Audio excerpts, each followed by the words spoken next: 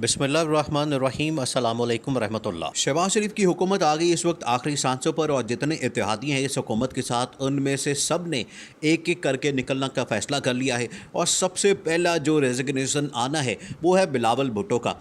लेकिन सूरत हाल इस टाइम ऐसी हो चुकी है कि पिछले 3 से 3.5 महीने के दौरान जो सबसे अच्छी डील बनाई है वो है आसिफ जरदारी। उस बंदे ने सबसे अच्छी डील बना के शहबाज शरीफ को भी फ़ारिग कर दिया है। और शहबाज शरीफ को तो वैसे ही उसने इस्तेमाल किया, क्योंकि उसने शहबाज शरीफ को इस्तेमाल करके पूरी नून लीग का कबाड़ा कर दिया, पूरी नून लीग का बेड़ा गर्क कर दिया। उनके आपस में इतनी लड़ाइयाँ, इख्तलाफात और झगड़े और ग्रुप्स बन गए हैं। ये अहम तरीन वीडियो जारी है, लेकिन इससे पहले वीडियो को लाइक करें, दोस्तों के साथ शेयर करें और चैनल को सब्सक्राइब कर लें। उनको इस बात का अंदाज़ा ही नहीं हो रहा, और नवाज़ शरीफ इस बात के ऊपर बार बार कह चुका है कि आसिफ जरदारी तुमने मरवा दिया।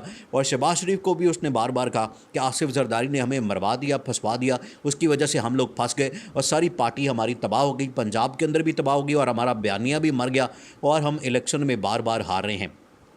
अब जो पहला रेजिग्नेशन आना है वो आना है इस्तीफ़ा बिलावल भुट्टो का। ये आसिफ जरदारी ने बता दिया बिलावल भुट्टो को, और बिलावल भुट्टो सबसे पहले निकलेंगे कैबिनेट के अंदर से, क्योंकि कैबिनेट जो इम्पॉर्टेंट एक फोरम है, जो काबीना है, उसके अंदर जो सबसे अहम पार्टी है, और नेशनल असम्बली के अंदर जो इस टाइम हुकूमत है उसमें जो सेकंड लार्जेस्ट पार्टी है वो पीपल्स पार्टी है। इस टाइम हुकूमत कितने वोटों के ऊपर खड़ी है? देखें, इस टाइम हुकूमत सिर्फ 1 से 2 वोटों के ऊपर खड़ी है। 1 से 2 की मेजॉरिटी इनके पास है। 1-2 वोट तो पहले ही कम हो गए हैं, क्योंकि 1-2 पार्टियां इनसे ऑलरेडी नाराज़ है। MQM नाराज़ है, बाप पार्टी नाराज़ है, बलूचिस्तान के सारे MNAs और ANP वगैरह सारे नाराज़ है। मौलाना को इन्होंने वादा किया हुआ था सदर बनाने का, वो सदर बना नहीं सके। वहाँ से जो इनको गवर्नरशिप मिलनी थी KP खैबर पख्तूनख्वा की, वो आज तक नहीं मिली। बलूचिस्तान के अंदर हुकूमत में शेयर मिलना था, वो आज तक नहीं मिला, जिसकी वजह से वो नाराज़ है। MQM को आज तक जो कराची सिंध की गवर्नरशिप मिलनी थी वो आज तक नहीं मिल सकी। इस वजह से ANP वो चाहती थी कि हमें भी कुछ शेयर मिले हुकूमत के अंदर, उनको भी नहीं मिला। तो इस तरह सारी पार्टियां नाराज़ हैं। लेकिन नाराज़गी तो सबसे बड़ी जो दिखाई है वो है आसिफ जरदारी और बिलावल भुट्टो। देखें, इस टाइम सारा का सारा मामला और सारी की सारी इस टाइम जो बॉल है वो कोर्ट में है बिलावल भुट्टो और आसिफ जरदारी के, क्योंकि ये सबसे बड़ी पार्टी है। इसने अब फैसला कर लिया है, डिसाइड कर लिया है रेजिग्नेशन का, रिज़ाइन करने का, इस्तीफ़ा देने का। और बिलावल भुट्टो अब इस इत्तेहादी हुकूमत को लात मार के बाहर निकलेंगे। उसके बाद ये जो शहबाज शरीफ की हुकूमत है ये बिल्कुल ख़त्म हो जानी है। अब इस्टेब्लिशमेंट तो बड़े अरसे से कह रही है, बड़े अरसे से इनको बार बार वार्न किया, इनको ख़बरदार किया, इनको वार्निंग दी कि आप हुकूमत छोड़ दें, आपके बस की बात नहीं। देखिए, इस टाइम हुकूमत कौन चला रहा है? आपको मुल्क के अंदर हुकूमत नज़र आ रही है? आपको मुल्क के अंदर हुकूमत नाम की चीज़ को नज़र आ रही है? क्या करें? अगर मुल्क के अंदर सैलाब आया हुआ है, टेलीथॉन कौन कर रहा है? इमरान खान। बाकी मुल्कों से इमदाद कौन इकट्ठी कर रहा है? जनरल बाजवा। फाइनेंशियल मामलात जो हैं वो किसने तय किए? जनरल बाजवा ने। IMF के साथ जो डील की अमेरिका के थ्रू वो किसने की? जनरल बाजवा ने। UAE और सऊदी अरब के साथ जो सारे डील और मामला तय किए वो किसने किए? इस्टेब्लिशमेंट और जनरल बाजवा ने। जब सारा कुछ जनरल बाजवा ने करना है, हर चीज़ को जनरल बाजवा ने करना है, तो ये हुकूमत किस मर्ज़ की दवा क्या कर रही है? इस वजह से हुकूमत नाम की कोई चीज़ नहीं मुल्क के, सिवाय सिर्फ इस वजह से बैठे हुए हैं कि हम किसी तरह से अपनी डील बना लें, और हर कोई अपनी डील बनाने के चक्कर में है। लेकिन जो सबसे बेहतर डील बनाई है वो आसिफ जरदारी ने बनाई है। आसिफ जरदारी ने अब सारे मामलात पक्के कर लिए हैं।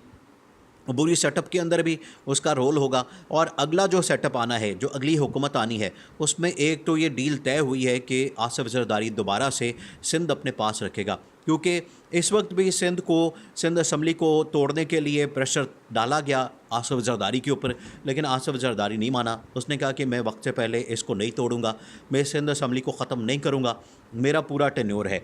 अगर मुझसे पहले आप चाहते हैं सिंध असम्बली तोड़वाना, उसके लिए लाजमी है कि आप मुझे ये सारी चीज़ें दें जो मेरी शर्तें हैं। उसमें आप वफाक के अंदर भी मुझे शेयर दें और बिलावल भुट्टो को वज़ीर-ए-आज़म बनाएं। सेकंड, जो सिंध की हुकूमत है वो मुझे लाजमी मिले, वो पीपल्स पार्टी के पास ही रहे। ये इस तरह से मुल्क को लूटते हैं, इस तरह से मुल्क को खाते हैं।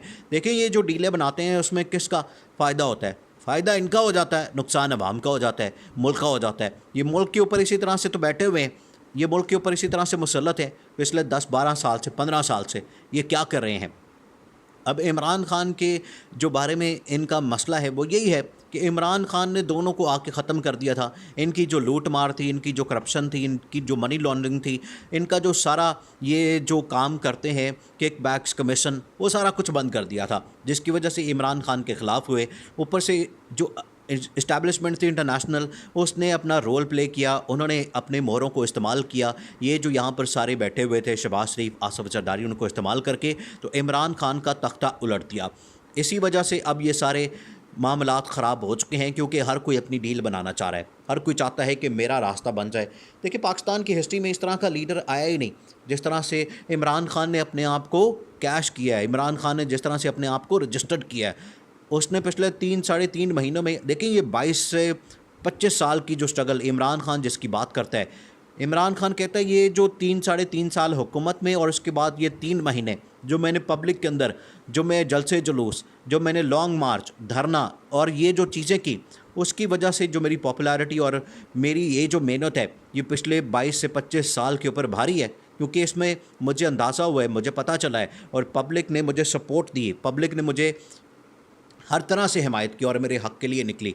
इमरान खान ने कहा कि मैं सिर्फ़ चंद मिनट पहले की कॉल देता हूँ और पब्लिक इतनी बड़ी तादाद में बाहर आ गई है। तो ये जो शऊर आ गया अवाम को, पाकिस्तान को, ये बहुत अहम है। उससे अब ये जान छुड़ाएंगे ये जो पार्टियां बैठी हुई हैं मुल्क के ऊपर, जो ये खा रही हैं, लूट रही हैं, उसमें नून लीग है, उसमें पीपल्स पार्टी है, इन्होंने बड़ा गर्क कर दिया है। आप देखें पिछले 3-3.5 महीनों में मुल्क के साथ इन्होंने क्या किया, इन्होंने हाल क्या किया मुल्क का। मुल्क तबाही की तरफ जा रहा है, मुल्क दिवालिया होने वाला था। ये तो आप शुक्र करें कि जनरल बाजवा ने अमेरिका से बात की, अमेरिका से बात करके तो IMF के साथ डील बनाई, नहीं तो इनका जो वज़ीर ख़जाना मिफ्ता इस्माइल, वो तो डील ही नहीं बना सका, वो बात ही नहीं कर सका। फिर तारिक फ़ातमी को भेजा, तारिक फ़ातमी को उन्होंने घास भी नहीं डाली और यहाँ से उन्होंने इनकार कर दिया। तारिक फ़ातमी वही डॉन लीक्स वाला, उसने तो डॉन लीक्स करवाई, पाकिस्तान के ख़िलाफ़ साजिश की। अब उसको ये अमेरिका भेज रहे थे कि तुम जाके बात करो IMF के साथ किसी तरह से डील थ्रू करवाने में, उसको भी नाकामी हुई। यहाँ पर फ़ॉरेन ऑफिस ने वैसे ही कह दिया कि वो तो अनऑफिशियल विज़िट पे गया है, वो ऑफिशियल विज़िट है ही नहीं। फिर जनरल बाजवा ने बात की, जनरल बाजवा ने यह सारी डील करवाई और उसने अमेरिका के अंदर बात करके IMF के साथ डील करवाई और अब वहाँ से पैसे आए। लेकिन इसका नुकसान आखिरकार अल्टीमेटली आवाम को होना है। आवाम को महंगाई का अजाब जो आना है और बिलों का जो अजाब आना है, जो ये सारा महंगाई का तूफ़ान आना है, ये आवाम ने ही भुगतना है। टैक्सेस लगने हैं, जो उनकी शर्तें हैं, जो सारी उनकी चीज़ें हैं, वो आखिर आवाम से ही निकालनी है। कर्जा भी उन्होंने आवाम से निकालना है, ख़ुद तो नहीं उन्होंने देना। इन्होंने तो आना है, थोड़ी देर के लिए रहना है, अय्याशी करनी है, अपने ठेके कॉन्ट्रैक्ट्स और उसमें से जो कमीशनें बनानी है वो बना के पैसा सारा बाहर ट्रांसफ़र करके इन्होंने भाग जाना है, क्योंकि इनकी प्रॉपर्टियाँ तो सारी बाहर हैं। ये इसी वजह से जा रहे हैं। लेकिन हुकूमत अब जाने वाली है, क्योंकि उसमें सबसे पहला रेजिग्नेशन आना है पीपल्स पार्टी का और उसका आगाज़ होगा बिलावल भुट्टो से। बिलावल भुट्टो देंगे इस्तीफ़ा उसके बाद, और ये सारा कुछ करवा रहे हैं आसिफ जरदारी। आसिफ जरदारी ने कहा है कि बिलावल मेरे बेटे तुम इस्तीफ़ा दो, बाहर आओ, पीपल्स पार्टी बाहर आएगी, उसके बाद हुकूमत का ख़ात्मा हो जाना है।